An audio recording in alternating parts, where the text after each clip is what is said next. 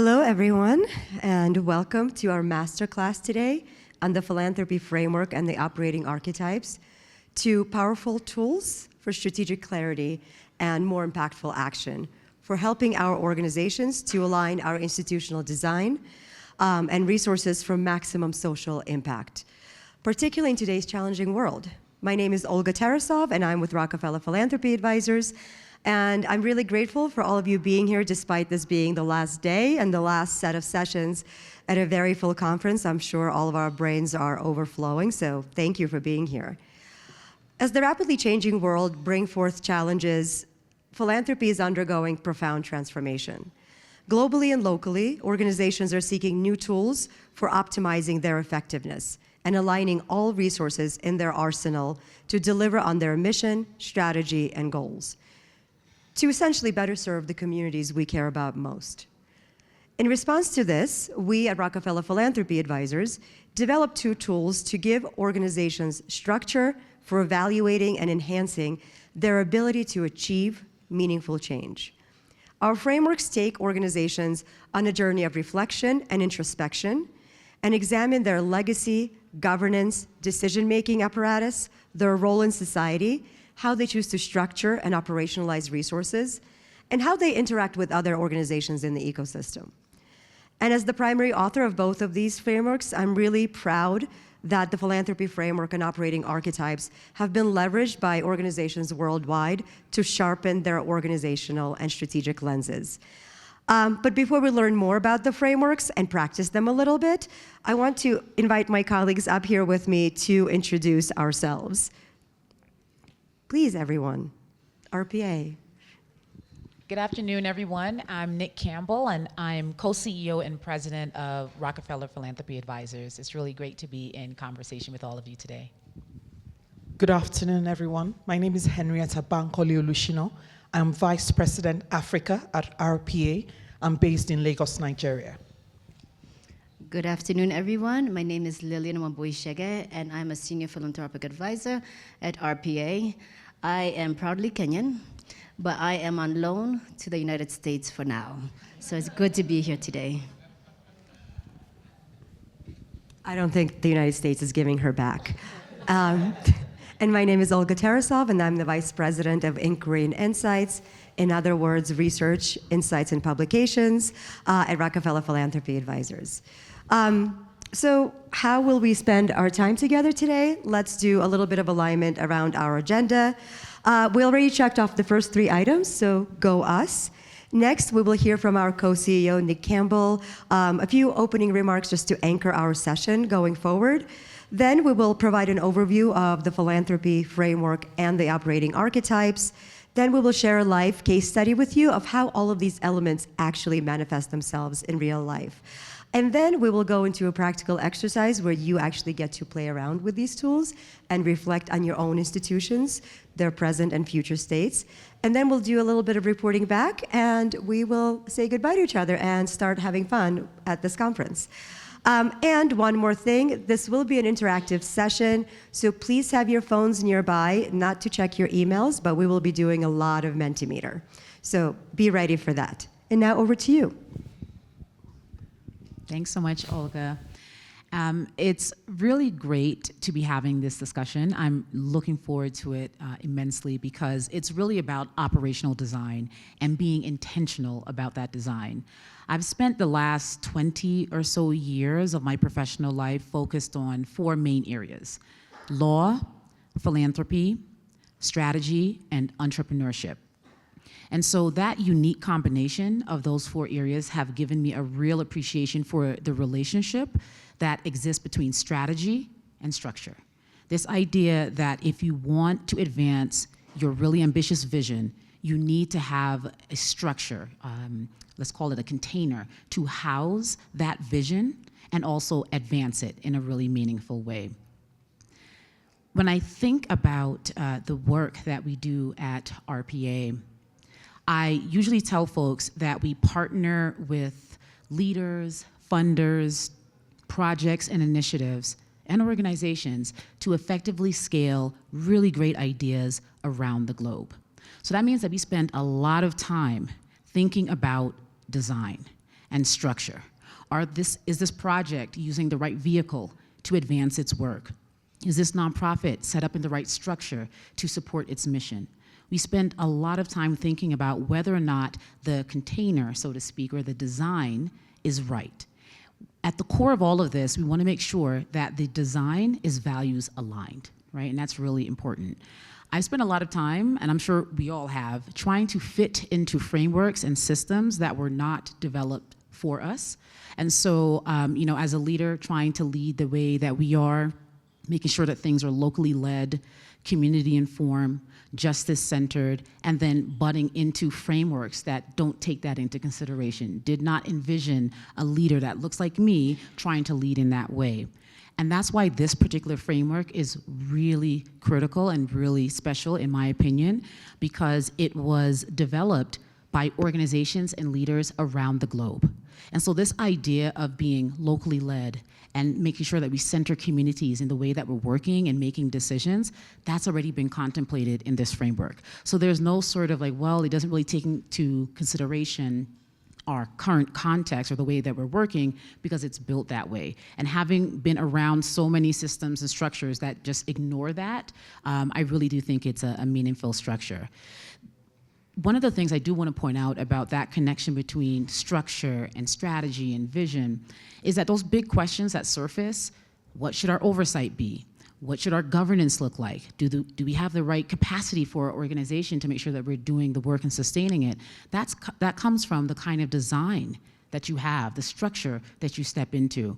And so being able to be thoughtful about that design is really critical, and that's what this framework will help us do today. So I am very excited to hear from all of you about the ways that you are going to intentionally design your container, your vehicles, and using this framework to support your really bold, ambitious visions and the futures that we're holding for the communities we support.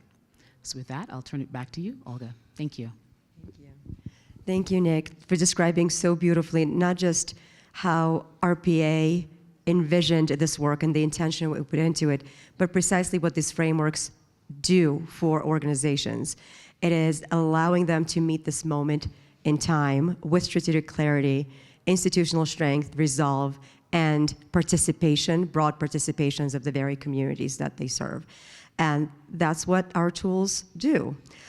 So we learned, we told you about us a little bit, but we'd love to learn a little bit about you now. So please take out your phones and let us understand who we have in this room today, what kind of an organization you represent. Please go to menti.com and enter the code you see on the screen, which is 86731955. And I'm squinting because I refuse to wear glasses. I'm young at heart. So are you a foundation or a donor? Are you an NGO, an INGO, a private sector organization or social enterprise, a network, a public institution, a community-based organization, or the broad basket of other?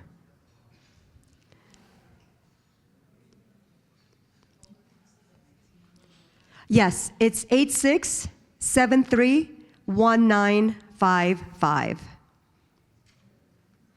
Apologies for it coming up blurry on the screen. Oh, this is wonderful.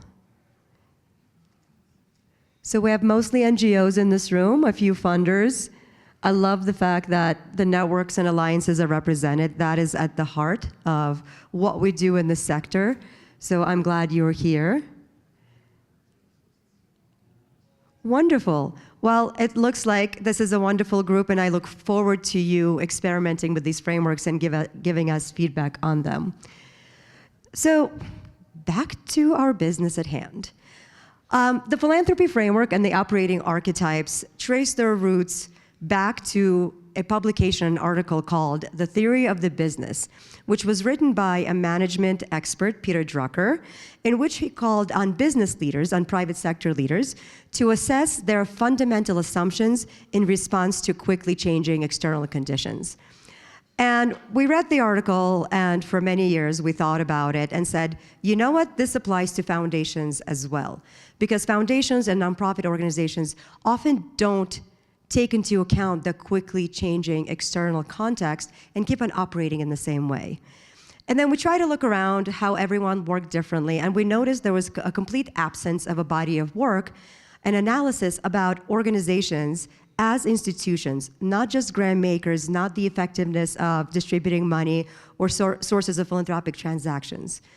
So we thought, why not create something? And we launched a global learning collaborative, which operated for almost 10 years. It ended in 2022, of leading foundations and nonprofits from all around the world, from North America, Europe, Latin America, Asia, and Africa, including the East Africa Philanthropy Network. So some of the people in the room, their perspectives were reflected in this tool. And the creation of this tool wasn't just prompted by the lack of this information or data or research. It was also prompted by the changes we observed in the greater out there, the changes that were already underway, but were very much accelerated in recent years by COVID, by climate change, and the socioeconomic and geopolitical turbulence we're all experiencing and have been experiencing for a while. And then we saw that in this context, these changes and challenges really forced funders and nonprofit organizations to continue to ask how to best leverage the entire arsenal of their resources, financial and non-financial, to fulfill their missions more effectively, to create more meaningful change. And so together, as we see more clearly as we practice the tools, the philanthropy framework and operating archetypes were designed to help organizations to really assess, validate, and crystallize their identity, structure, design, and the entire set of approaches to align trustees, board members, and staff around core concepts and values, such as justice and equity, manage organizational inflection points, so any kind of leadership change, time horizons change, new strategic directions, allocate financial and non-financial resources to maximize change, and collaborate and engage with partners in different, more meaningful, more equitable ways, and realize aspirational goals by helping identify and articulate the current state of an organization and the desired future state. But let us take it one tool at a time, the philanthropy framework. I'll just stick on this slide. Sorry, Henrietta, I just stepped on your toes a little bit. So the philanthropy framework is a tool that invites you to engage in deep introspective analysis about who you are as an institution, your origin story, what informs your focus areas, how you view your social compact or your role in this world, and how you operationalize everything that you do. And so the philanthropy, this analysis allows organizations to be better positioned to manage opportunities and risk and create sustainable change in institutions.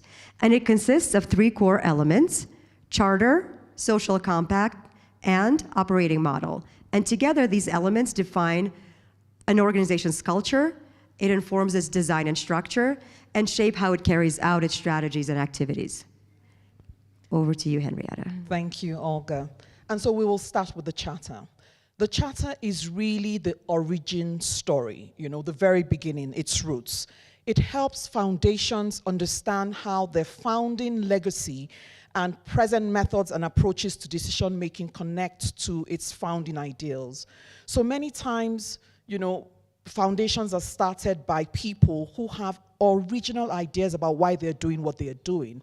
So the charter includes the organization's governance, decision-making, procedural guidelines, scope, written and unwritten rules, as well as all of its history. It encompasses culture and values, role of the founding legacy, as well as embedded risk exposure, so how much risk an organization is able to absorb or even take on, their propensity or appetite for risk, for that matter. And so the organization's charter also can define the key geographic boundaries that they will operate within, thematic issue areas such as social justice, or even faith-based for that matter. The origin stories are really central to the philanthropic organization's charter, and they serve as a reference point and a rallying point indeed for everyone in the organization, and is a source of inspiration, typically helping to form and shape both the culture as well as their programmatic areas. Now, many philanthropic organizations can actually trace their roots and founding legacy to an individual or a group of individual donors, or even a philanthropic family, and sometimes a corporation or a public or private foundation, and maybe even government. And sometimes it's a combination of all of these, or some of it. And so, in the real sense, the Charter also includes a continuum which captures the way in which an organization connects to its founding strategy.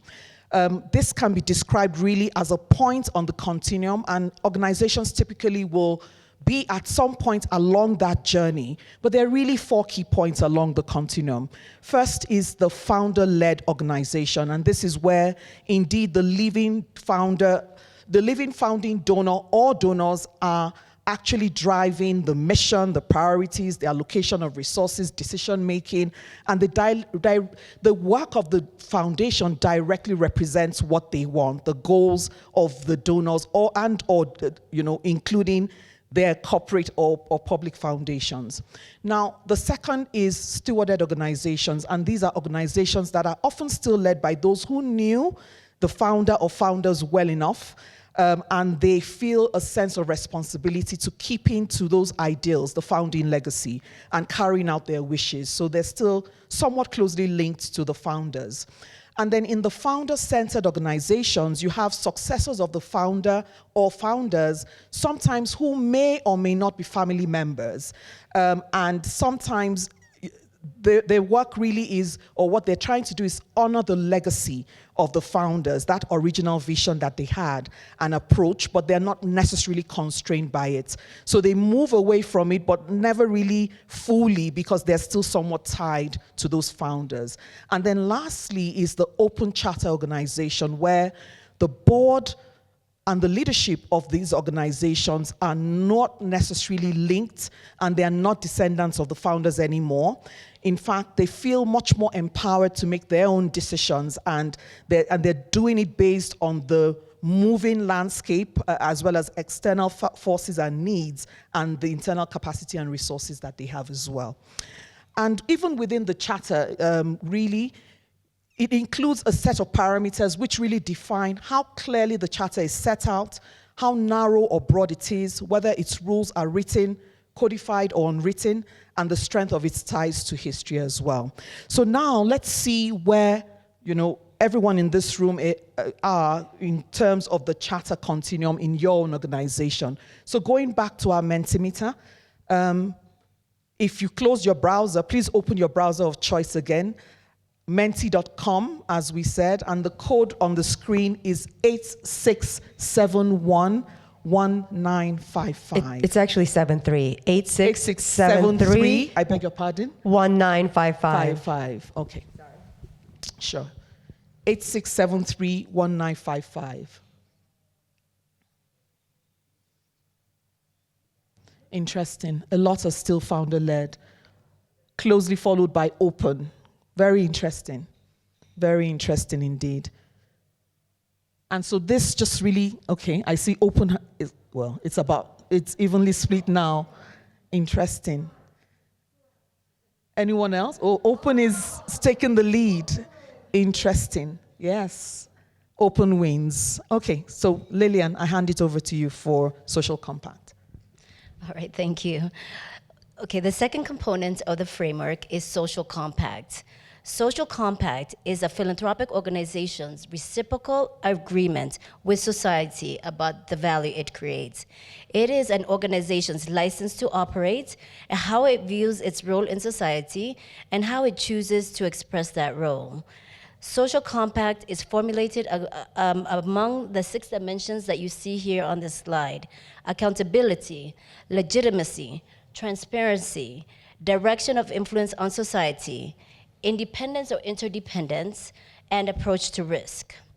So when it comes to accountability, that is organizations can be accountable to the legacy of the original founder, causes or issues, populations and communities, or a set of values. Most organizations are formally accountable to their boards and to regulatory authorities. many feel informally accountable to grantees, the general public, or future generations.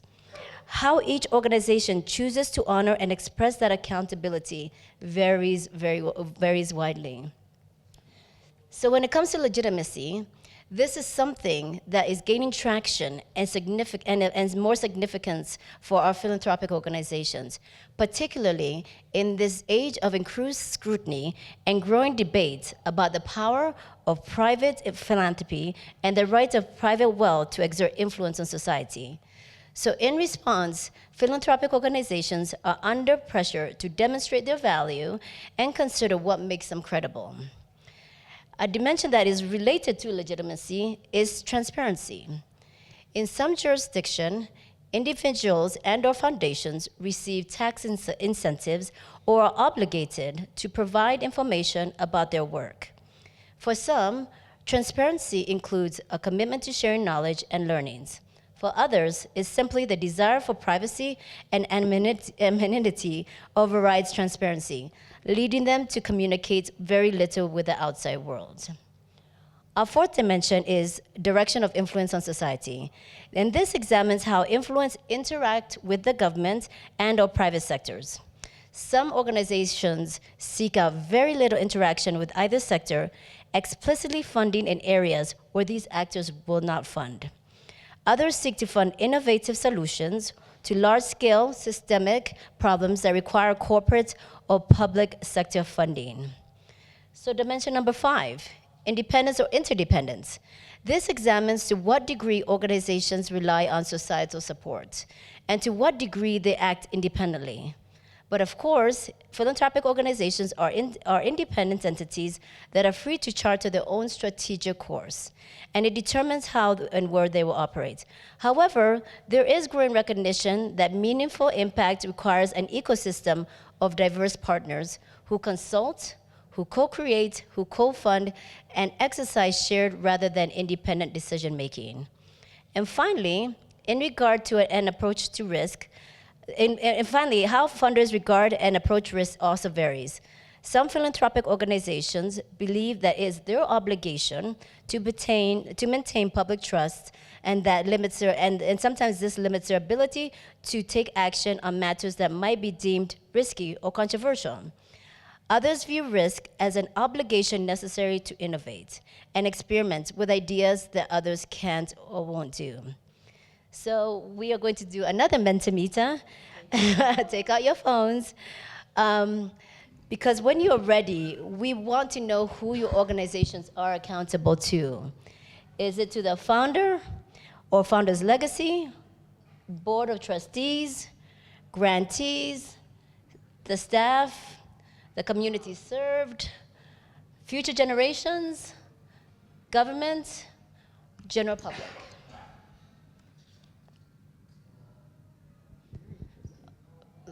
Looks like a lot of board trustees. Oh, we're fluctuating a little bit. I cannot help but notice that the staff category is at 0. That actually, it is funny, but also it actually tracks globally. I've done a lot of research on this, and that is the category that is most often left empty. But I think we should all think about the mutual accountability that we hold to each other within our organizations and what that means. Someone cheated because I called it out. But it's great to see that community served is gaining some traction. Oh, I shouldn't have spoken. Amazing. All right. Well, thank you for sharing that with us. This is actually really interesting research, so consider yourself to be a focus group at this point. This is wonderful. And the third component of the philanthropy framework is the operating model. And this is where the rubber hits the road in terms of how organizations fulfill their work. And it's the combination of resources, structures, and systems that enable a philanthropy or nonprofit organization to deliver on its mission, strategy, and goals. Organizations can use one operating model for the whole organization, or they can have different operating models for the programs depending on their work. And the operating model articulates how strategy is implemented. It describes where and how key tasks happen, when resource should be brought in from outside or where internal resources should be used, how different parts of the organization and its external ecosystem interconnect, and how this work is distributed. And the operating model can be looked through two lenses. One is operating approaches, and another one is operating capabilities. We have distilled 6 operating approaches for organizations, and this is how an organization functions in respect to its operations. Each of the 6 approaches exists on a spectrum, which is why you see the arrows going left and right, and there's no right place on the spectrum for any one of these dimensions. But each choice comes with important implications for how an organization structures its operations and resources. So the first approach is resourcing, and it falls along 2 dimensions, build or buy. For functions such as programming, expertise, communications, and operations, each organization must decide whether it has to develop in-house capacity and expertise or outsource it to consultants. And the decision to buy or build may be different for internal operations and external programs. And even among program areas, it could be different. Then we have decision-making, which falls along centralized, decentralized dimensions. And this addresses how, when, and where decisions are made and communicated in the organizations. So do programs operate independently, or are key decisions made centrally at the top layer of the organization and passed down to programs to implement? Initiative lies along proactive and responsive. Some organizations take a responsive approach to their work. They support goals and initiatives defined by leaders in their field or their community, those who are proximate to the work and issues. Others see themselves as creators of solutions and designers of solutions, so they develop their own goals and initiatives and support their own theory of change. Flexibility spans creative and discipline dimensions. And some funders really prefer to stick to their implementation blueprints and not divert from that plan. And others prefer to be more agile and assess and revisit their operations frequently. Programming can be broad or deep, and some organizations favor having really well-defined programs based on subject matter expertise with clear boundaries and clear responsibilities. Others define their role in terms of broad social change, so they diffuse their work broadly. And then an organization's approach to relationships can be networked or independent. And this also relates to the social compact dimensions of dependence, interdependence. And this encompasses how an organization sees its role and interactions within the ecosystem within which it operates. An ecosystem of peers, of applicants, of grantees, of other stakeholders. Some prefer to take solitary or unilateral action. There's a foundation I spoke to recently, they said, no, we don't network. We don't want to be a part of anything. Valid choice. That's their choice. But others, and many more, prefer a network approach with a focus on collaboration and often co-creation. And then operating capabilities are a really important point for an organization to revisit and reflect upon, and to take stock of the entire range of operating capabilities that it has. Because this can help validate the trajectory, the strategic directions, and uncover potential tension points or misalignments or gaps. So operating capabilities include the organization's entire arsenal of activities, assets, and resources. And among these resources, we have talent, we obviously have financial tools, knowledge and research, reputation and influence, networks and relationship, project management, all of those are frequently named by organizations as their core capabilities. And intangible capabilities that we often don't think about, but they're core to our social mission-driven work, are agility, patience, risk tolerance, and leadership. And these can be both assets and costs. So it's a really serious calculus for an organization to go through these. And now let's see where you fall on this beautiful spectrum of build buy. So where does your organization fall in its operating approach to resourcing? Are you build? Do you resource or outsource everything to consultants? Or are you doing internal capacity building? Or you buy and outsource everything to consultants? 100% build so far. No one in the room hires consultants. Oh, 4% of you do. Just kidding. Uh-oh. Okay.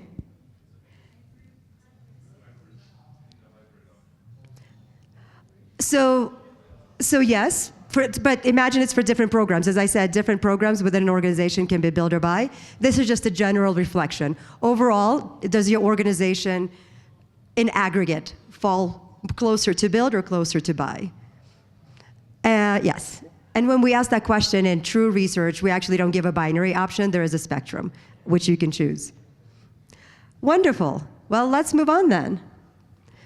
Fantastic. And now we can see that in the current global context, which requires a lot of introspection, and a lot of us are engaging in this work, and a lot of reassessment and reevaluation, it is absolutely vital for our organizations to investigate and articulate our work and our role in society, how our operational strategies and our relationships to others show up in this world in order to more effectively implement change.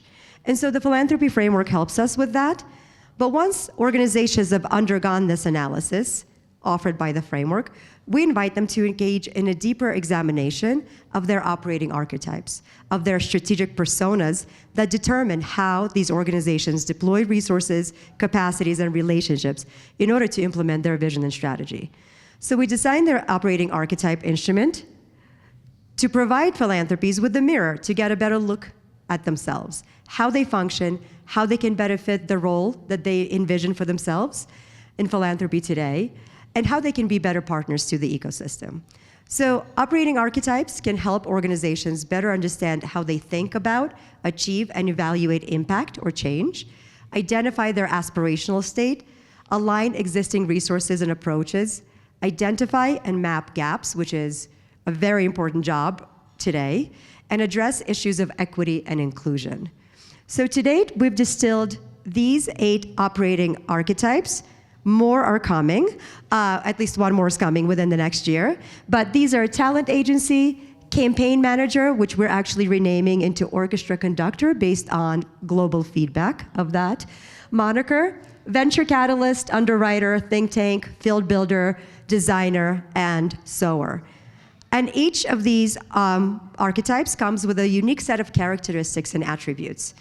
And one important caveat is that these are not literal representations of professions or fields, they're metaphors. So don't focus on the actual names as they are in real life. Okay then, before we go deeper into the archetypes, let's see who you are. So take out your phone again, and please tell us your persona or your personality type, or your archetype essentially.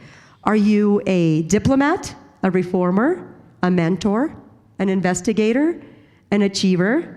You can interpret that as overachiever as well. Individualist, loyalist, or disruptor. And in case you need the code again, it's 86731955. Wow. The diplomats and the disruptors are equal. Uh-oh, every time we say this.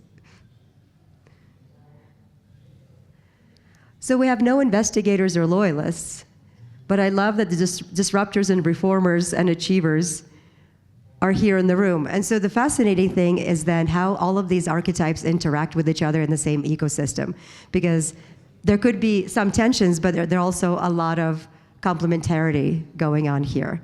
So over to you, Henrietta, for a closer look at them. Thank you, Olga. So we're going to talk about this operating archetypes, and the first is talent agencies. And these generally seek out and strengthen promoting leading individuals or organizational change agents. And they do this because they're closest to the issue or have a strong reputation around that issue. And so they're focusing really more on their programmatic goals or strategies. So they're betting on exceptional individuals here. So there's high trust, low process, relationship driven. But the risk is that they could be dependent on one person's judgment or reputation. Now, the second is think tank. The think tank really applies its own in-house resources and expertise to design policy, programs, or systematic solutions, and then introduce it to others, and finding implementers for those solutions. So they're really generating evidence and knowledge and sharing it, and they're shaping the field rather than finding them directly. And so in that way, they're really, honing down and doubling down on very specific issues.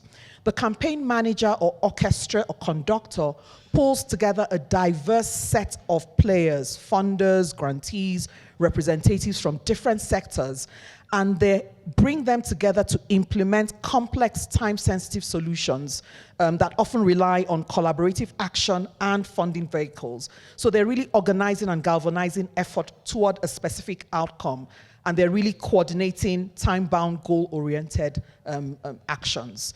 This can really, in a sense, can sacrifice depth for momentum, but it's great. Field builders, they launch or significantly strengthen institutions to fill a gap that they see, where other solutions or institutional infrastructure is absent or falls short of being able to deliver on the solutions. And so they grow the organizations and movements through steady, largely hands-off support. So they're really investing in the ecosystem and in building the infrastructure that makes other funders' work possible. So I'll hand off to you now, Lillian, for the remaining 4. Thank you. I'll cover the remaining 4. The first one, a venture catalyst. This is one who provides early, unrestricted funding to organizations and interventions that are new and have little proven track record. The next one is designer, and a designer leverages mainly internal expertise to design programs and approaches, starting with an understanding that of the context based on research and interaction. It prototypes, it iterates, and communicates to engage and influence end users. The next one is an underwriter.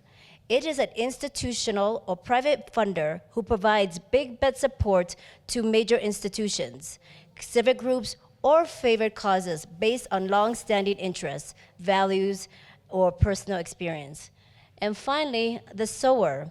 These are, sowers provide a large number of grants across a diverse range of individual actors and institutions, often exercising responsive, flexible, and participatory grant making. They bet on the cumulative effect of this approach to spark wide-ranging change. But of course, some funders may and do recognize themselves in more than one of these archetypes, and many foundations employ different operating archetypes to advance specific programmatic strategies or initiatives and carry out work in different geographic settings. However, we have observed that foundations that use a blurred array of archetypes are diluting their impact, and as different archetypes may require very different skills, activities, relationships, and communication styles and approaches, and trying to bridge these may put significant strain on staff, and it creates misalignment and tensions, makes impact evaluation very difficult, and muddles strategic clarity. Another fascinating observation that we and things that we've explored when working with foundations to apply this tool is the difference between your current archetype versus your aspirational archetype. And what is interesting is exploring what is needed to transition from one to another and what that journey to transition looks like. Amazing. And so in addition to all of these archetypes, we created a set of core attributes really to unpack what is behind each archetype and what informs it. And so there are 9 of them, and I will recite them to you now. The first one is reason or value proposition, or what do you do and why? And we invite this to be a very brief exercise. This needs to be a sharp, crisp sentence capturing the purpose and the mission of your organization. Another core attribute is resources, or what you lead with. In other words, what is your primary asset that you use to fulfill your mission? And of course, the first answer that organizations usually give is money. And naturally, in and around philanthropy, the default framing is financial resources. However, in thinking about that, we actually invite our participants, so you today, to think beyond money and beyond endowments, beyond grants. And many funders and organizations name internal talent, knowledge, convening power, leadership, and networks to be actually those assets with which they lead. And some organizations we profiled for our case studies consider their reputation, influence, place-based relationships to be their leading assets. And then key capabilities and skills. Of course, you cannot carry out your important social missions without capable staff and skilled staff. So that's another core attribute category. And this can serve as a good reality check whether the current arsenal of capabilities is fit for purpose for that particular archetype, or what needs to be shored up, what needs to be abandoned, what needs to be adjusted. So for example, convening power might be a central skill for an orchestra conductor, but research and expertise are front and center for think tanks. So if a think tank has staff and capabilities that are related to convening power, that might not be the right purpose fit thing for that particular archetype. So that needs to be reconsidered. Equity is another core attribute that captures how organizations include the voices of most affected and share power to advance equity.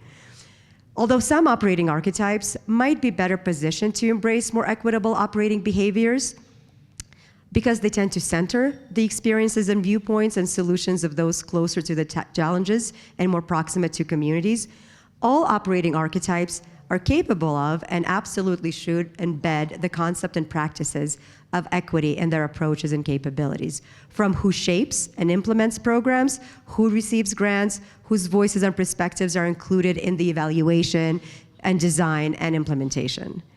And then response and activities are basically what an organization does to tackle the problem and advance solutions. And other core attributes include primary audiences and communities served. Sometimes there's a tension among people who apply these instruments because often audiences and communities served can be one and the same.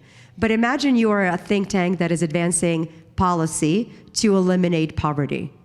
Your primary audience are policymakers, but the communities served are communities on the ground. So sometimes there is a distinction, so think about it that way as well.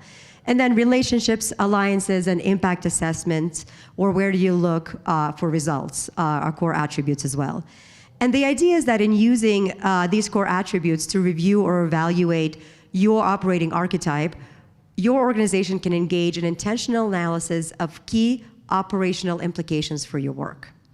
So over to you, Henrietta. Yeah, in reality, you know, these core attributes really manifest in different ways and across the different archetypes. So for example, talent agencies, they would often use open competitions and, you know, talent identification processes to expand the range of change makers and to raise unexpected ideas as well as players.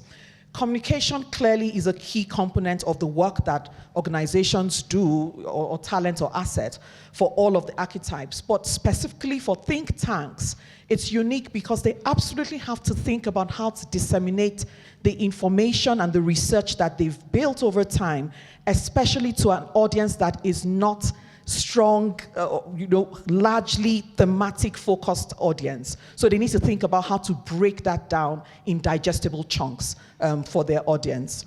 For campaign managers and orchestra conductors, they often lean on intangible capabilities of convening power, leadership, agility, patience, and trust, because it takes time to get all of these players to want to play or work together in the first place. For field builders, they leverage significant internal expertise and an extensive external ecosystem of partners and experts and target audiences or communities as well. For venture capital catalysts, flexibility and the ability to embrace risk is critical and central to them because it allows them to support untested early stage solutions with the high potential of delivering meaningful social change, no doubt.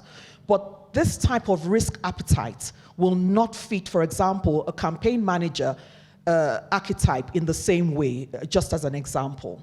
Now, for designers, they tend to work in areas where other funder support or solutions are absent. So they're usually standalones. So they need to have a strong conviction in terms of what they're doing and why they're doing it. For underwriters, they tend to have very lean operations that prioritize grant-making efficiency, relationship-building capabilities, as they look to provide long-term, large-scale support to recognized institutions such as museums, schools, or hospitals as examples. And then lastly, for SOAs, the top resources and capabilities include flexible and unrestricted financial instruments and just being able to, overlay different types of financial instruments on themselves, ecosystem and relationship building, and managing multi-stakeholder partnerships. And so with that, we go into our live case studies. Exactly. Thank you so much, my dear colleagues, for helping me with this today. And so this theoretical overview is really, really nice, but I bet you're all wondering what all of this looks like in real life for a real organization.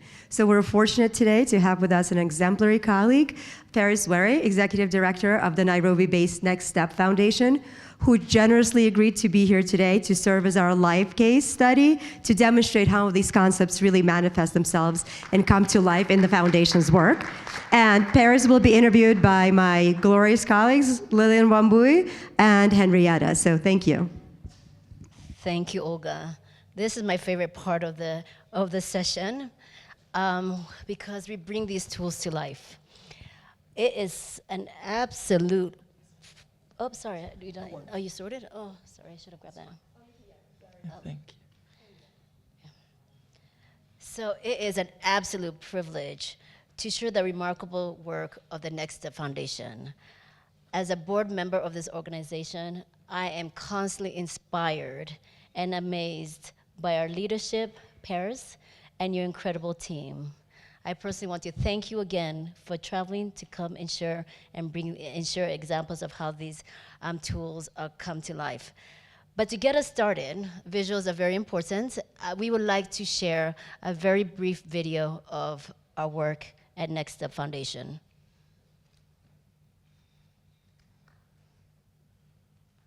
In a small, dusty village in rural Kenya, a baby boy was born on a cold morning. His name was Osuru. But in that village, people whispered. They said he was cursed. He had been born with a physical disability, and for that, he was hidden away. His mother loved him deeply, but love alone could not overcome poverty, stigma, and the weight of hopelessness. There were no doctors, no schools that accepted him, no future to imagine. He grew up believing that life had already decided his fate. Then one day, hope came to Osuru's village, not in the form of charity, but in the form of healing. An American doctor and philanthropist, Dr. Scott Harrison, and his wife Sally, a nurse, had come to Kenya to open a children's orthopedic hospital, a place where children like Osuru could receive life-changing surgery free of charge. For the first time, Osuru moved through the Cure Hospital doors, and no one looked away.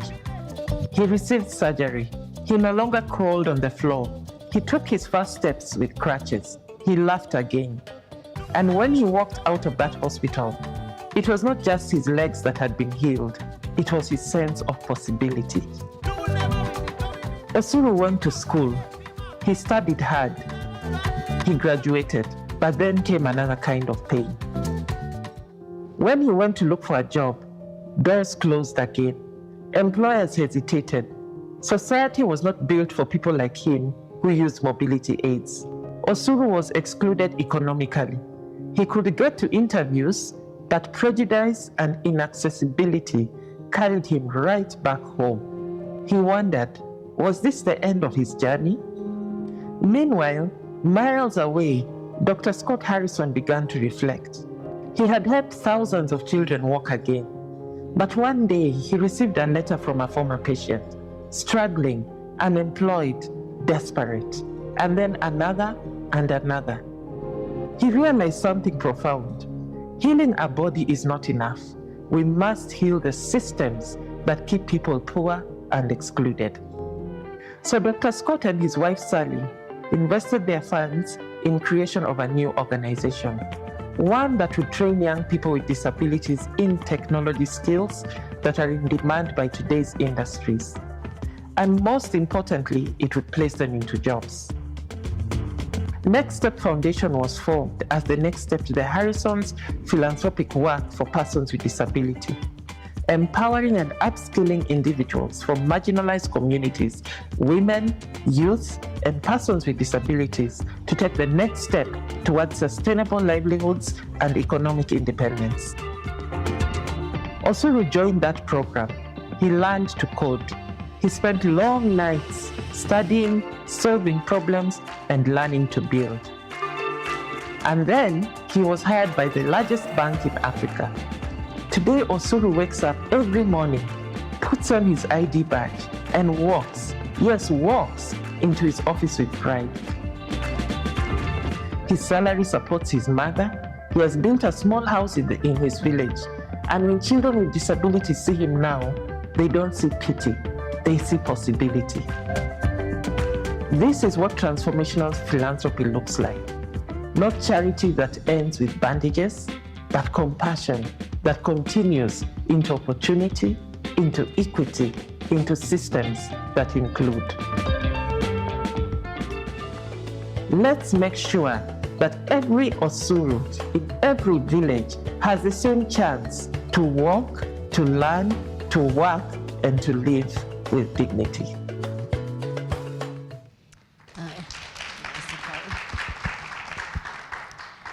So Paris, this beautiful video has given us a brief introduction to the work of the Next Step Foundation.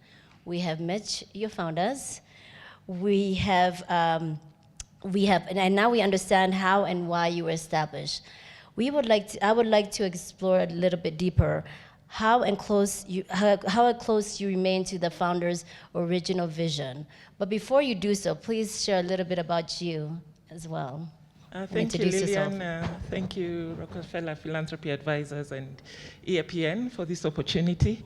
Yes, my name is Paris Were, ED of Next Step Foundation.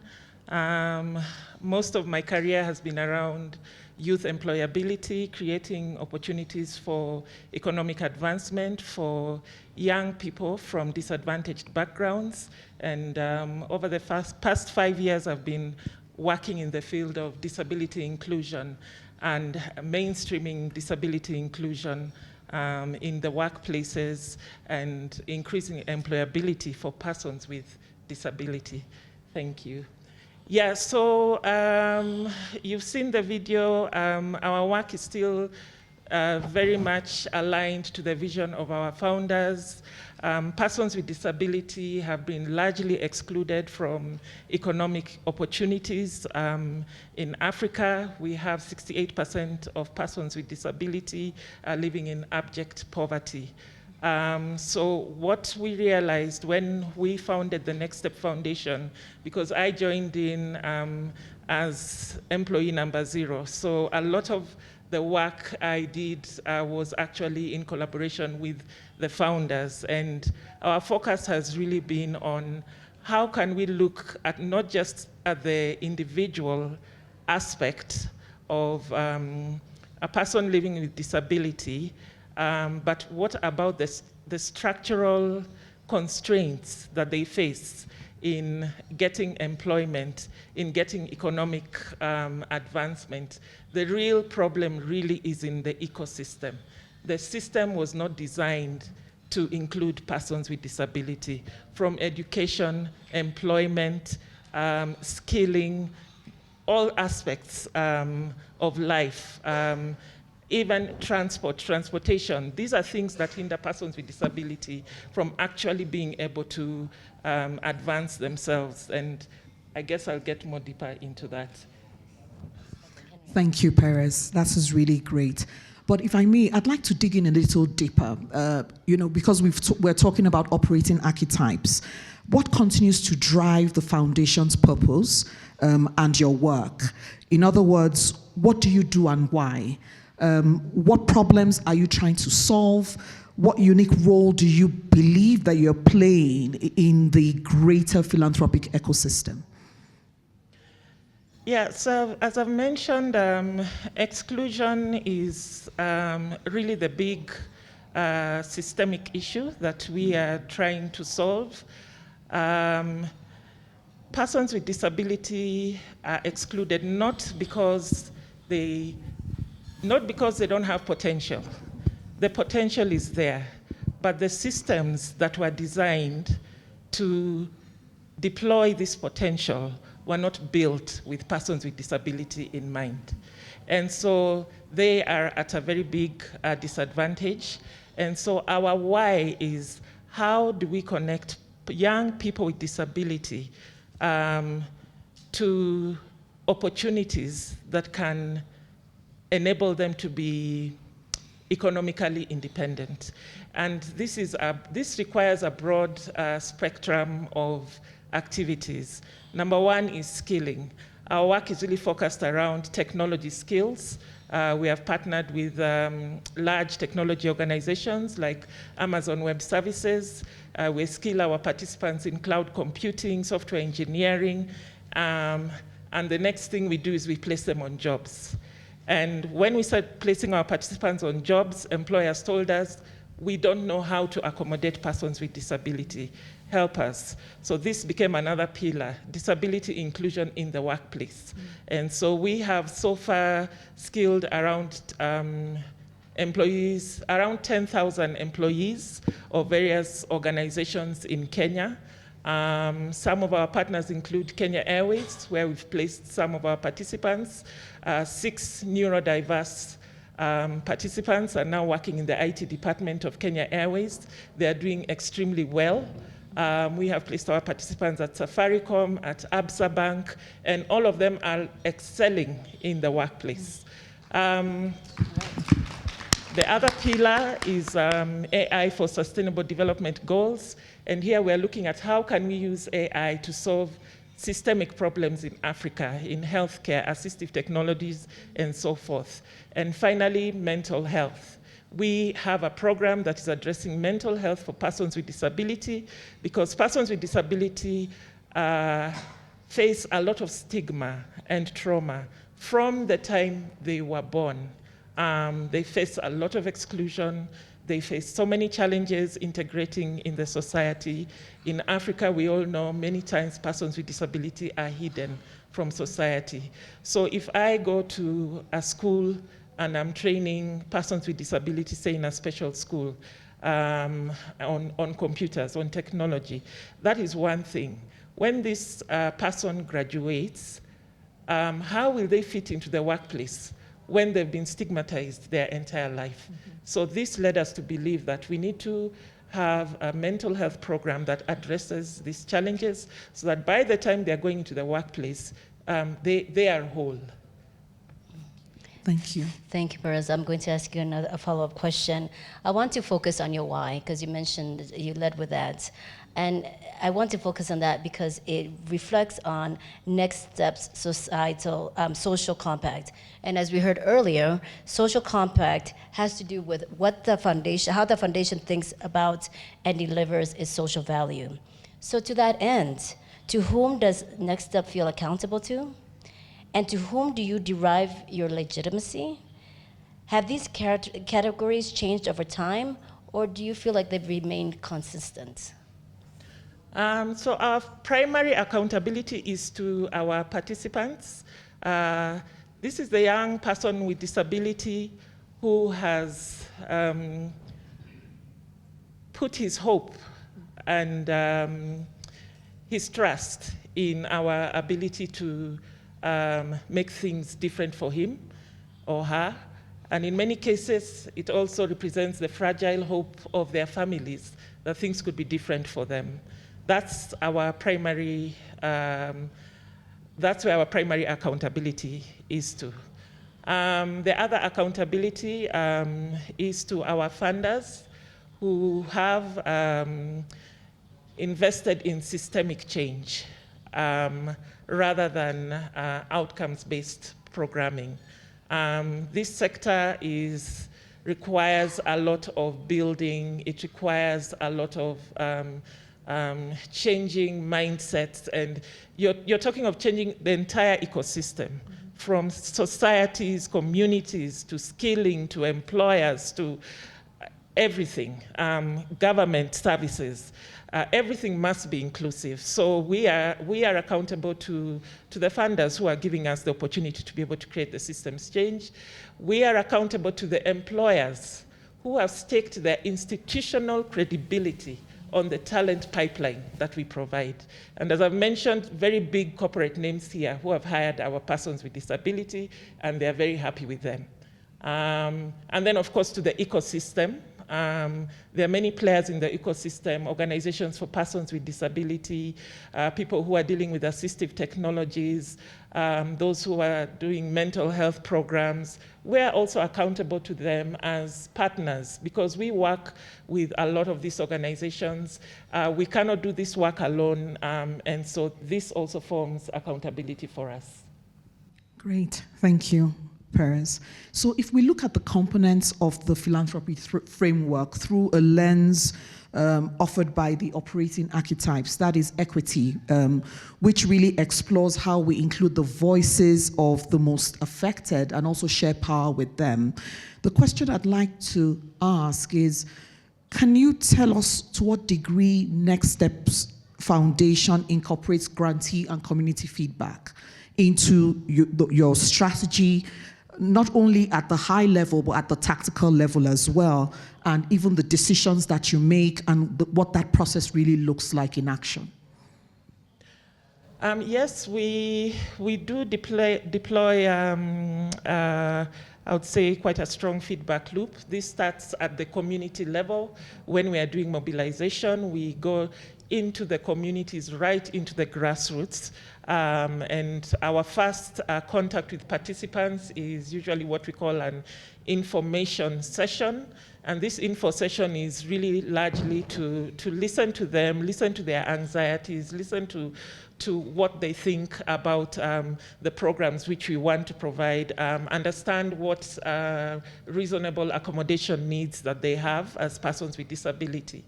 When they join the program, we then do focus groups as they're going through their skilling programs.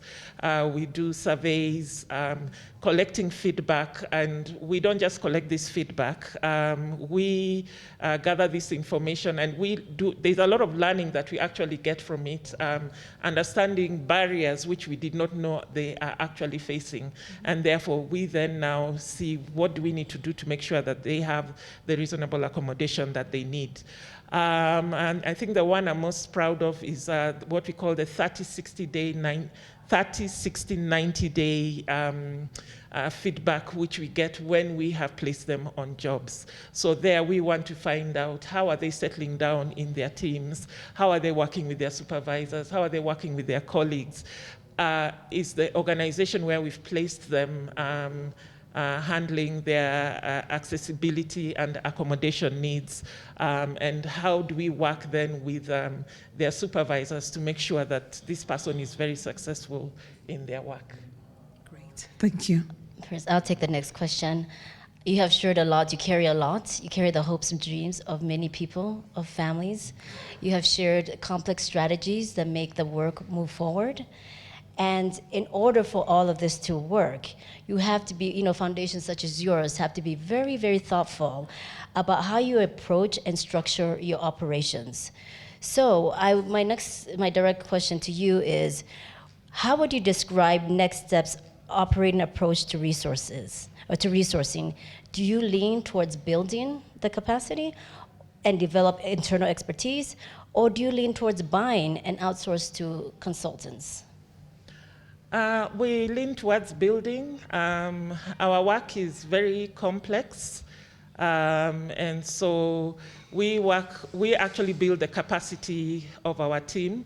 This type of work needs a strong institutional knowledge. It also needs people who understand or who have lived experience of exclusion, people who have worked closely with communities of persons with disability.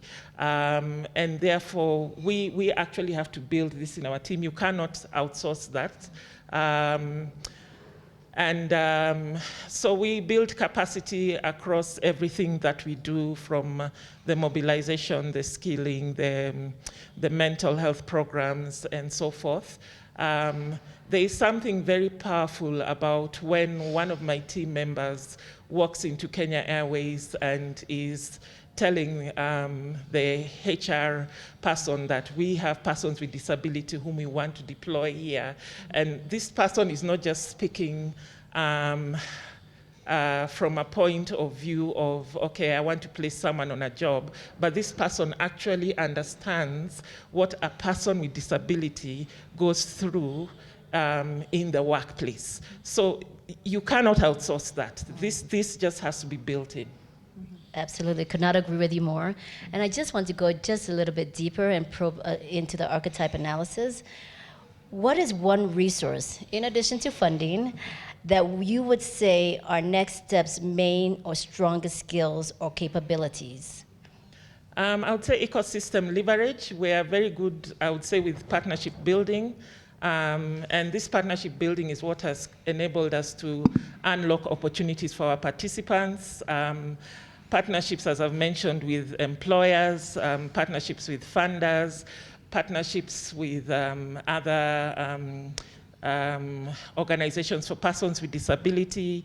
We have a partnership with the Kenya National Chamber of Commerce and Industry that has opened up to us their 50,000 members enterprises where we can place our persons with disability. So we are a very, very partner-led type of organization. We cannot do this work alone.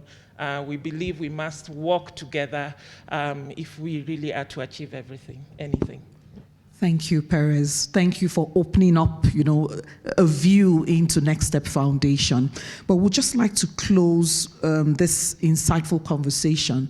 Your perspective in terms of what operating archetype would you say Next Step Foundation is and why? I think I would say field builder, because our work is a lot of in the field, communities, working with communities, and kind of building things from the ground up. We've had to do a lot of building from the ground up to really develop this ecosystem. We have also done a lot of work in kind of changing the way a lot of the institutional funders think around persons with disability. 5 years ago, when we started this work, hardly anyone was funding systemic change in the PWD space, but we have done a lot of advocacy, a lot of building this work, and now you find many of the large funders will say any program which they are deploying must have at least 10% of it focused on persons with disability. So I would say yes, field builder. Thank you. And with that, we've come to the end of our live case studies. Thank you, Perez, for sharing with us. Thank you for flying out as well. Thank you, everyone, for listening to us. So we're going straight into the exercise now. Yes. Wonderful. Thank you so much, Perez. This was incredibly enlightening, and I think everyone here appreciated hearing and seeing an example. Let me switch. An example of operating archetype and philanthropy framework, and not just a foundation, but a foundation that does such important and groundbreaking work that otherwise would not exist. So I appreciate it. But now it's your turn to work, everyone. I am done. We will do 2 practical exercises, but before that, let us split into 2 halves. So let's say this side goes here and this side goes here. And we ask you to turn your chairs together in groups of 10 or 12. So please start organizing. Slowly but surely, Paris, you can stay in your spot if you want, it's okay. Just turn your chairs to each other to face each other in circles, semicircles, any geometric shape that pleases you, but so that we can work as groups now.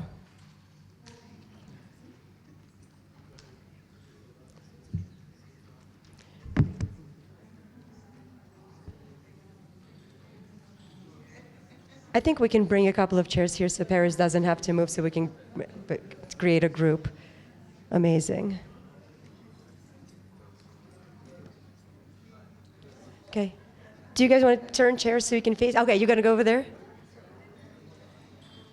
Okay. You want to join the small group? There you go. Up. Whoever is leaving, I'm sorry we're boring.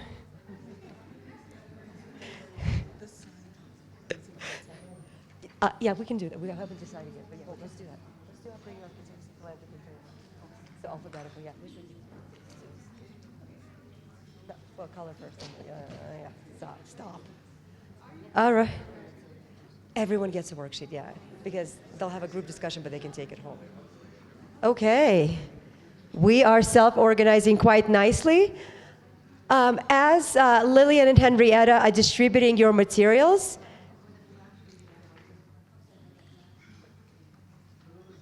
I'm going to take you through the exercises a little bit. So, first and foremost, now that you're in your small groups, please introduce yourselves to each other unless you know each other really well.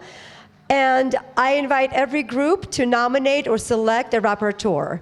So these are the first two steps you have to do before we begin working.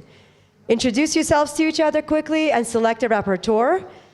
And then once that's done, our philanthropy framework group, which I believe is on this side, right? You guys are the philanthropy framework.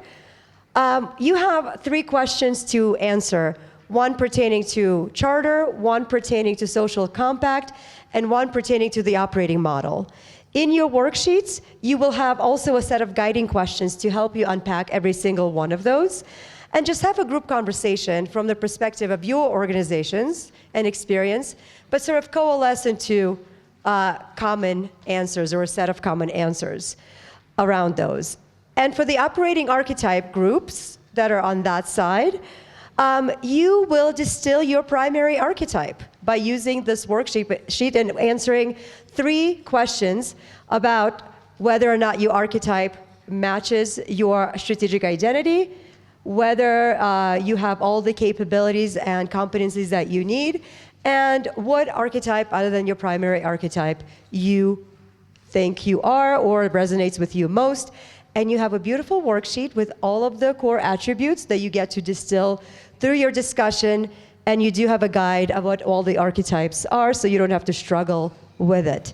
And at the end of your discussion, the rapporteurs will be asked to report back, very quickly summarizing the discussion itself, if possible, and then one aha moment or realization that has emerged in the course of your conversation, and one actionable step that you're taking back to your organizations after this workshop. I will keep the time. You don't have to worry about it. We have half an hour to do this work and half an hour to report back. So do this at leisure. The important thing is to have really deep conversations around the guiding questions. So thank you, and good luck.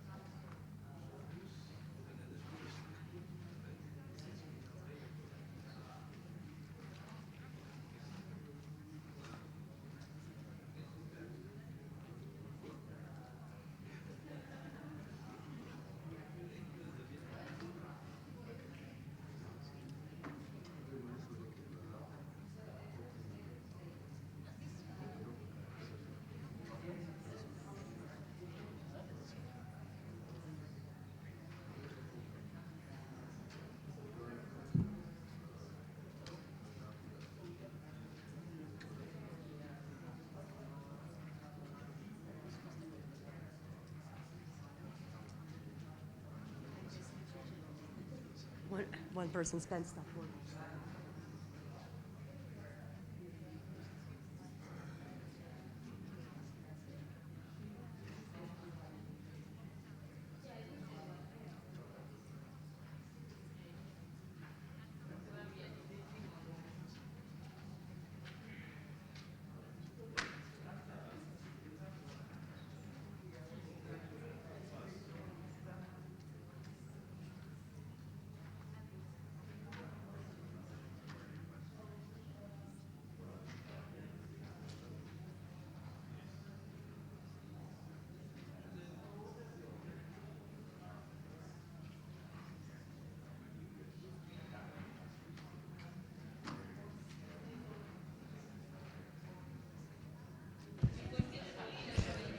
I'm just saying, this is about 5 drinks right now.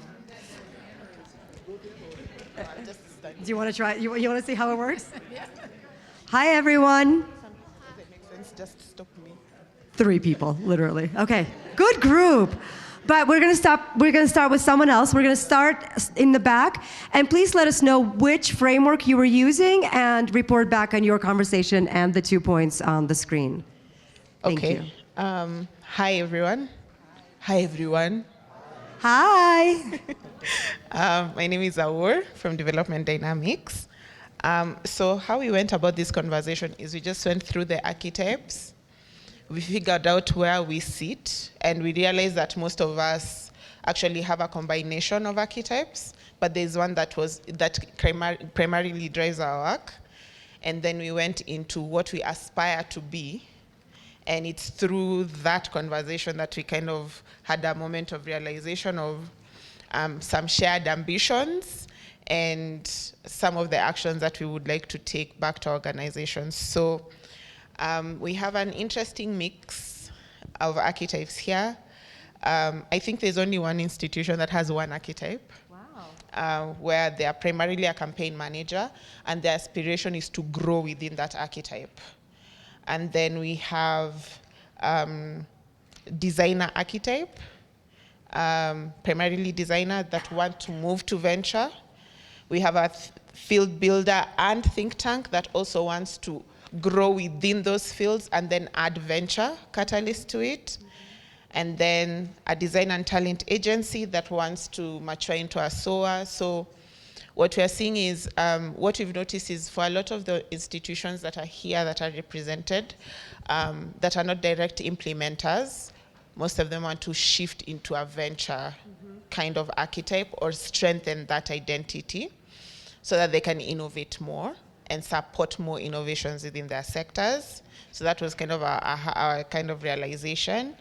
And then in terms of actionable insights, I think it's deliberate. There's a deliberate strategy that is informing that shift already within the organization, and within to have that as an aspiration. It's not just something we want to do, but something we're all working actively towards becoming.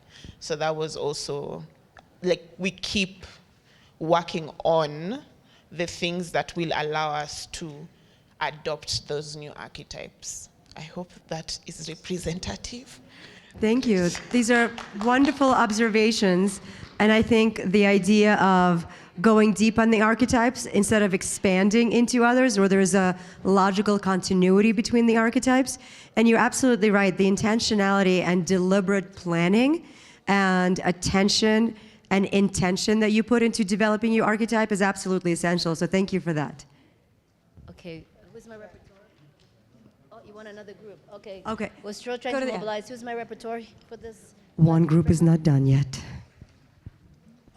Hi everyone, my name is Dr. Hassan and I'm from East African Peace and Development Initiative. We did not finish all of the questions, but the aha moment of realization was that the archetypes are a broken line rather than one solid separation from the other. So most of us have a different set of values in our organizations, and this set of organizations lie in the different types of the archetypes. But the major goal was the impact. So, so milking these all archetypes into a measurable and visible impact in the society was the major goal of all the organizations. And so having a dead end was a very good insight. And one actionable insight that's being brought back to the organization is that we have to have, change the narrative from top down, from down to the upwards, from the value of the community. So we try to understand in the foot of the community and shape that in values. And I previously heard that stories being told repeatedly becomes a narrative then grows into actions. So making these values matter and making a lasting actionable impact requires an integration of all these three architects. So thank you. Thank you. This is really insightful, and I love the idea of centering values and communities as both the North Star and the entry point into this work. This is beautiful framing. Thank you. Is the other group ready now, or do we still? Not quite. No. We're going to move Okay, to so that let's go to that one. Yeah. Amazing. Thank you. Hello, my name is Cynthia, and I'm representing this group, and I have been threatened to represent well. So, so most of our archetypes, we had designers and field builders mostly, but we also had a campaign manager and software and talent manager as well. When it comes to one aha moment or realization is that we know the problems. We know the problems and we know them deeply. So we would love to be underwriters so that we put our money where our mouth is. Also, another realization was data to thought leadership. A lot of us work with data, but we want to use that to actually inform how we design our programs, how we implement, how we report. One actionable insight being brought back to our organizations is actually if we could have more printouts of this so that we can take them home. We have more, absolutely. Also, you will have a QR code so you can access it online because we are a nonprofit, so all of our thought leadership is a public good. So everything is available free of charge, so you can have it and use it. Amazing. So we want to do this with our teams and see how they view our organizations. And actually learn from them as well. Yeah. Did I represent well? Wonderful, yes. So the threats worked. I think that the group needs to recognize that you presented well. And I love the idea of being able to see and diagnose the problem because of your proximity and then put resources and mobilize resources to what's needed most. So that's wonderful. Thank you for sharing. Okay, who is next? Okay. Okay, good afternoon. I'm Katha, the Executive Director of Frolics of Hope. I'm representing a team of Kenyans and Ethiopians. And they have not threatened me, but someone... Yet. Yeah, but they're very graceful with me. These ones, they're very good.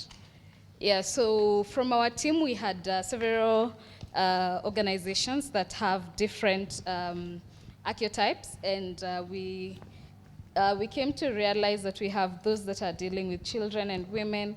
We have organizations working around livelihoods, WASH and entrepreneurship, and that's in terms of the resources that we had and the funding ideas. We have one that is doing great with donor funding and grant writing. So yeah, you know where to look.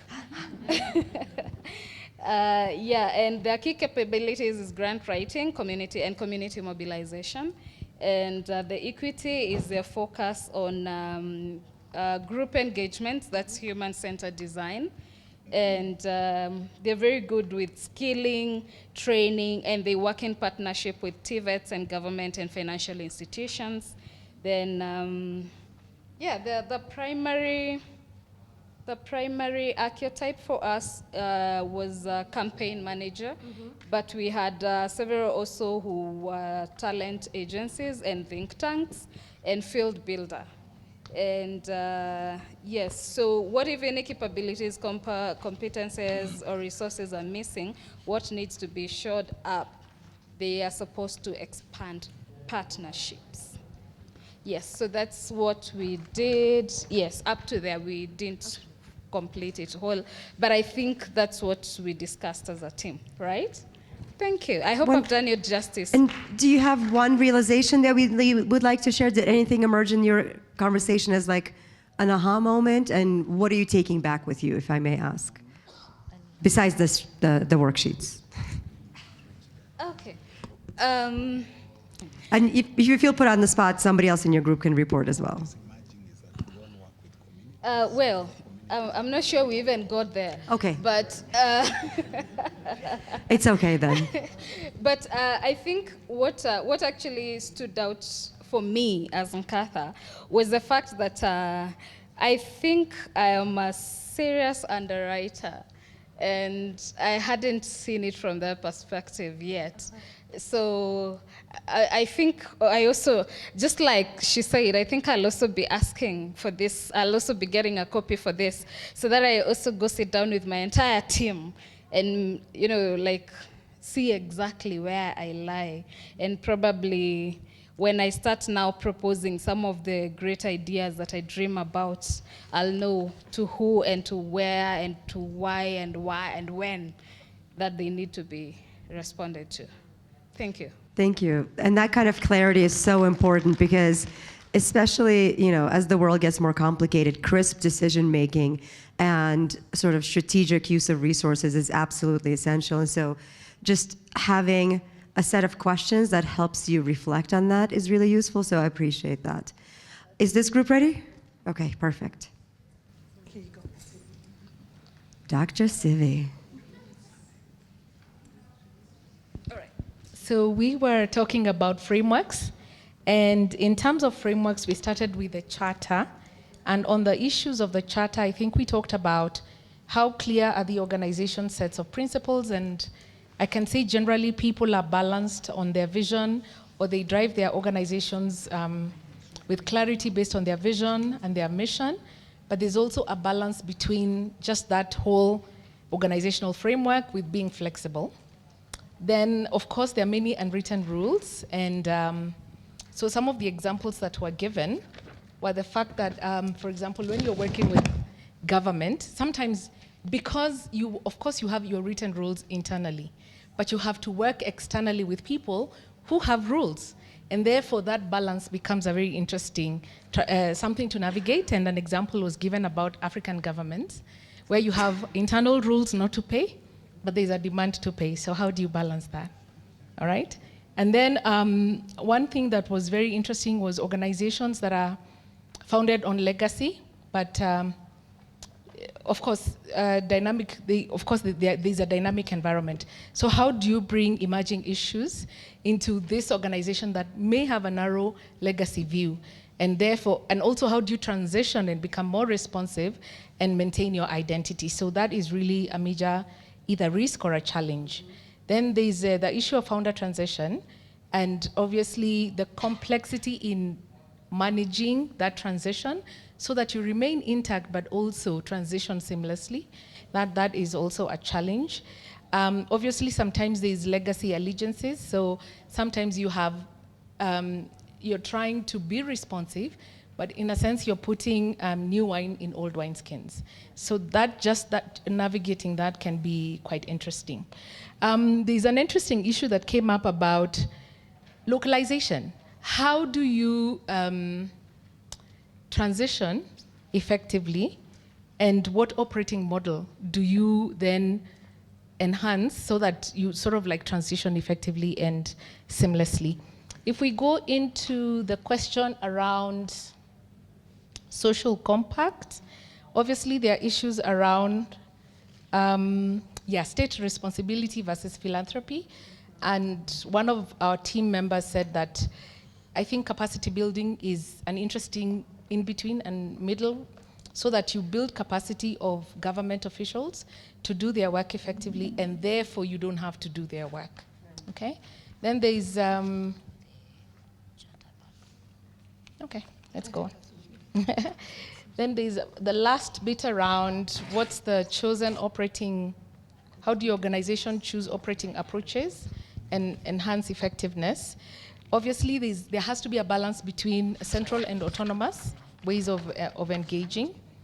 One of the things that came out is that in terms of building relationships, you seek for a balanced relationships, but many times because you are in the philanthropy space, people read money, and therefore they try and get very extractive relationships out of you, and the question becomes, how do you keep navigating that space?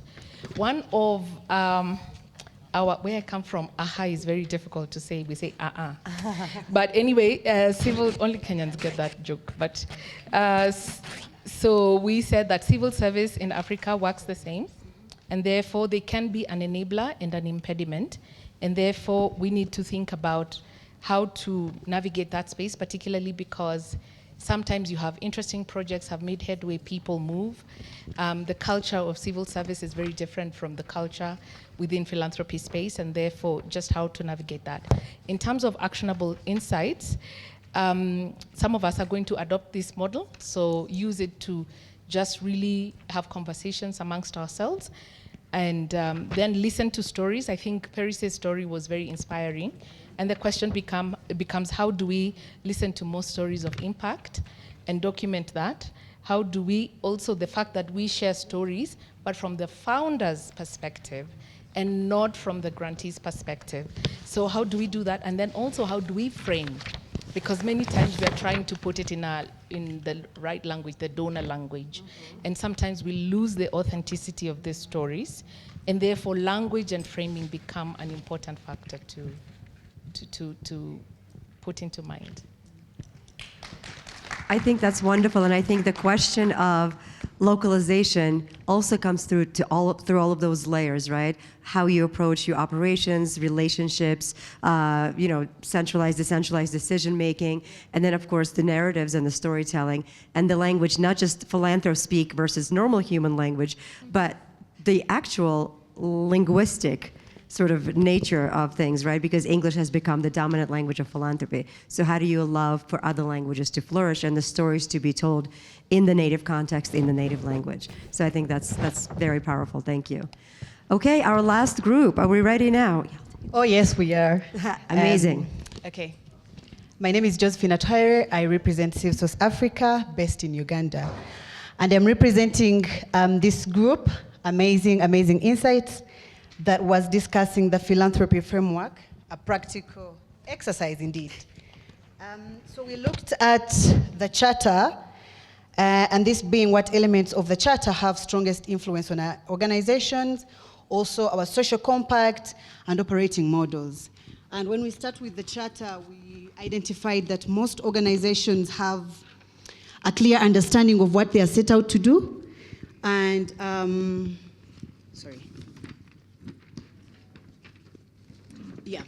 the decision-making seems to be shared, but also the organizations that are represented here have a clear understanding and scope of what their mandate is, and they are truly aligned on that, and they seem to be responding to that. An example that emerged is that even when funding comes through that goes beyond their scope, they stay true to what they are set out to do, and that is where the focus usually tends to be. Sorry, my paper is mixed up, but and that there is clarity on the mission and purpose of scope, like I had already mentioned, and the values shape how they work. In terms of partnerships, in terms of how they relate to the communities that they serve, the values of the organizations tend to really shape how those partnerships go. We also had discussions around how dignity, inclusivity, co-creation is truly important to the organizations here, that even as they work with the grassroots, that really is important. That if there is a comment on somebody feeling looked down on, it becomes a serious issue. So in the spirit of how our framework was set up, it is mostly on decision-making, on how co-creation is done, and we try to also be exemplary in that sense. So I'm going to hand over to my colleague so she can take us through the other part. Wonderful. And if she hands over back to me, it will be in the same spirit. Thank you very much, Josephine. So I'll take on to the next segment, which is social co-impact. So the group I am in, and we have a representation of Uganda, Kenya, Ethiopia, and I've not forgotten anyone, Uganda. Yes. We discussed the question of South Africa, Zambia. Yes. So yes, and we discussed the question of what gives our organization the license to operate and how this shapes accountability and legitimacy and our role in society. So on accountability, we agreed, of course, across, because we put community at the center. We agreed that it operates at multiple levels, and organizations are accountable to the communities and beneficiaries they serve, to the donors and also the funding partners, then also to the governing bodies and the councils, because there are organizations here that have councils as well, and to the government through regulatory requirements. Then also accountability means delivering on commitments and using resources responsibly, reporting transparently, and creating opportunities for the communities and partners to give feedback. So also some organizations here shared that they regularly conduct perception surveys or even other feedback. They have feedback tools where they can assess, for example, for Global Fund for Children, they're able to assess whether they are living up to their stated values. Then regarding legitimacy, the group also agreed that legitimacy is not just is earned through trust, and also this comes through remaining true to the organization's mission and vision. That is also the values, responding to the community needs, and also being recognized by the communities as credible and also effective. We also took into account organizations like Lash International, who have operated for over 30 years, but also for her organization that works with disabilities, legitimacy is strengthened through sharing meaningful participation with the people they serve.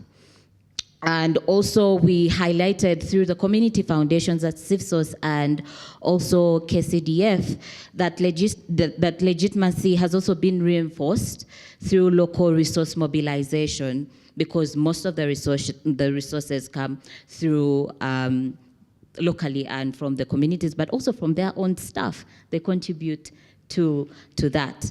Then also on the role of the organizations in society, we emphasize that with civil society organizations, they complement each other. And also, while governments have the primary responsibility for service delivery and policy implementations, we feel critical gaps through advocacy, service delivery, and also mobilizing resources. So we really stress that it is important to maintain focus on the core mission rather than just expanding the mandate. So thank you. Over to Josephine again, just for a short on the operating model. So the very last one was operating model and how the different institutions are operating, how they're partnering with the different entities in the community. And what emerged was that decision-making seems to be really shared. It might start really top-heavy, but then it gets down to the communities themselves being involved in what they want to respond to, if it makes sense to the initiatives on ground. And then we also looked at ecosystem building in terms of partnerships to the different organizations that maybe are related to the same mandate. And we also highlighted that it's very important for cross-sector partnerships to happen with the government, to also map the different actors in the philanthropy ecosystem all together and find out how we can work together collectively instead of doing it in silos and then replicating the results. But also what emerged is that there is flexibility in how this work is done. Most of the organizations here are very responsive to the crises and emergencies that happen in community. An example that emerged was during COVID, because most of the philanthropic entities here had to respond to the challenges then. So the mandate shifted a little bit to maybe giving food to the underprivileged. In terms of political crisis, there's been emergency funds to people who are facing a bit of, we know what that situation can look like. In my country, you don't say such things and survive, so yes. And yeah, that is what we discussed. Thank you. Wonderful, thank you. And I love that in almost every single group, the themes of proximity, inclusivity, sharper decision-making, different narratives and storytelling, all of that came across really nicely. So I want to congratulate all of you for an incredibly successful exercise. I think everyone here deserves a round of applause. And I just want to express my deep gratitude. I'm looking for the clicker. I think it's over there. To all of you for engaging with these two frameworks on such a deep level, because again, when you create these frameworks, it's great. You create them with a group of thought partners, and you create them with a group of sort of focus groups and all sorts of broad inputs. But then seeing it in action and seeing people actually use them and work with them is really rewarding. So I appreciate all of you for seriously engaging with this, particularly on Friday evening. This is probably not the best way to spend a Friday evening, but I'm grateful for it. And so we reported back. And we want to share with you this QR code and our email addresses. All of these tools and frameworks are available on our website. You can explore this space. For those of you who want to use the philanthropy framework, there's also a self-administered quiz, like a survey that you can take, and you will get a report back with sort of a diagnostic of what your philanthropy framework looks like. We also have printed materials here, extra ones, for those of you who want to take them home immediately. Please feel free to do so. And I would like to invite my colleagues to maybe say a couple of words and share a couple of reflections about today. So Henrietta, Lillian, Nick. Oh, you have Mike. Thank you, Olga.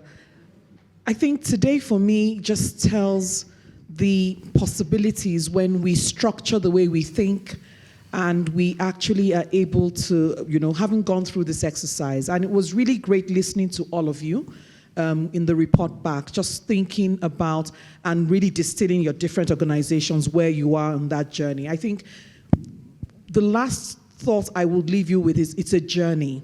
And it's closely linked to your strategy. And as your strategy evolves, how you think about your work, you make your decisions, allocate your resources, is closely linked to that as well. And how you then show up from an operating archetypes point of view is also linked to that. But this has really been great, spending the last 2.5 hours with all of you and seeing how engaged you have been with the material and with each other as well. So thank you from me. Thank you. Henrietta stole my words, so I will not repeat them. I just want to extend my deep gratitude for the generosity of time, generosity of sharing, generosity of information, and specifically Paris and Next Step Foundation. Profoundly proud of the work you lead and you're doing, and thank you for being here to share your story. It's been a remarkable few days. I know we're all tired, but I really hope that this fatigue I know it's well earned, and I really implore you to reach out if we can be a partnership, of thought partnership to any of you. So please do feel free to reach out. Thank you, and Safari Gemma. Safe travels. I do want to echo just the immense thanks that I have for all of you, and I'm going to be brief because I think we're standing between a break. And so I do want to say just thank you. I did a lot of listening in the group that I was in, and what really struck me is that we are experiencing a lot of the same things. We are in different models, but we're in the same context in many ways. So it made me think about the power of community, the power of convening, and how do we make sure that we're leveraging that power in a really good way to learn from each other, to come together and talk about the ways that in which we're practicing, and then turn all of this information into action that we can sustain. So I'm looking forward to seeing what comes out of these conversations, which I think have been really enlightening, even the reporting back. And I'm looking forward to staying in touch. You have our emails. I've also received cards from many of you, so I'm looking forward to staying in touch. And thank you so much. Thank you. Henrietta stole Lillian's words. Nick kind of stole my words. But I just want to leave you with one thought. When you apply and exercise these tools or any frameworks that you apply to your work to sharpen your strategies and focus, don't forget the words that we use today, and that is proximity, community, and inclusivity. and exercise these frameworks broadly with your staff, with your external partners, with your implementing partners or grantees, because the more inputs you have, the stronger your work will be. So staying in this community is very important. And we just look forward to being in touch, and thank you.